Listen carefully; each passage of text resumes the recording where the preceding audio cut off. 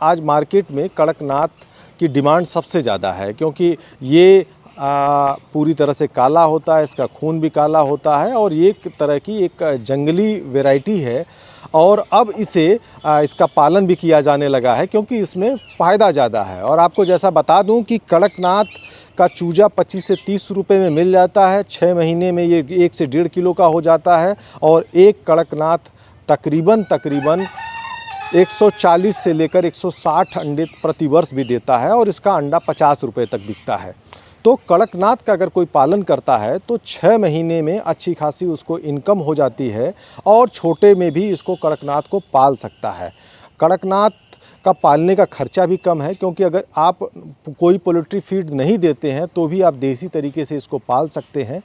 कड़कनाथ चूँकि काफ़ी मज़बूत और इस तरह का इंडिजिनस वैरायटी है, तो इस वजह वैरायटी की ये है कि इसके लिए इसे जो बिल्ली, सांप या इस तरह की बहुत ज़्यादा ख़तरा नहीं होता है, तो वो इनसे लड़ भी लेता है, अपने को बचा भी लेता है। आप ये देख रहे हैं जेट ब्लैक प्रजाति का कड़कनाथ है। अब ये भी बहुत, आप कड़कनाथ के बारे में तो आपने सुना होगा, इसका जो ब्लड है, जो रक्त है, वो भी काला होता है और बहुत अच्छी इसकी डिमांड है। और इसकी जो फीमेल हैं वो भी लगभग में जो है 140 और समथिंग 140 अंडे और 145 अंडे तक प्रति वर्ष के हिसाब से इनसे हमें मिलते हैं। एक प्रजाति, आइए किसान भाइयों दिखाते हैं, एक प्रजाति हमारे पास में कैरी श्यामा प्रजाति और है। श्यामा प्रजाति की ये फीमेल है, आप ये देख रहे हैं। ये लगभग कड़कनाथ से इसका जो कलर मिलता जुलता है, लेकिन ये जो श्यामा प्रजाति है ये भी एक तरह से देसी प्रजाति, बहुत अच्छी प्रजाति है।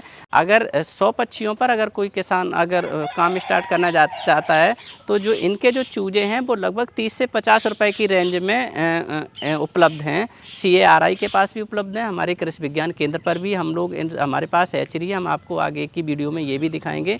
तो हम लोग भी इनसे जो है चूजे तैयार करते हैं। 30 से 50 रुपए की रेंज में समय अनुसार इनका जो है लगभग 30 रुपए से लेकर 50 रुपए तक रेट रहता है, जिसमें आप ये मानिए कि अगर आप 100 चूजे से अगर जो स्टार्टिंग कर रहे हैं तो 3 से 5 हज़ार रुपये का इनका जो है जो चूजे हैं उनका कॉस्ट रहता है। और बाकी जो एडल्ट होने में अगर आप इन्हें, ये बहुत विशेष ध्यान देने वाली बात है कि अगर इन्हें आप सप्लीमेंट्री फीड देते हैं तो लगभग 300 रुपये से 350 रुपये तक इनका खर्चा आता है एडल्ट होने में।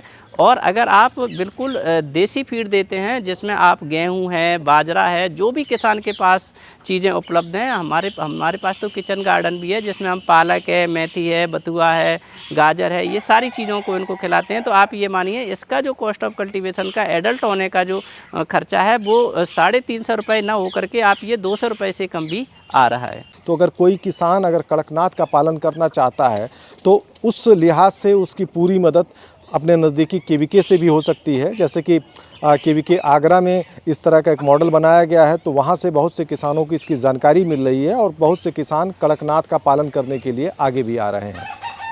धर्मेंद्र सिंह, किसान तक, आगरा। अगर ये वीडियो आपको पसंद आया है तो इसे लाइक ज़रूर करें। अगर चैनल अभी तक सब्सक्राइब नहीं किया है तो कर लें और नोटिफिकेशन पाने के लिए बेल आइकन भी दबा दें।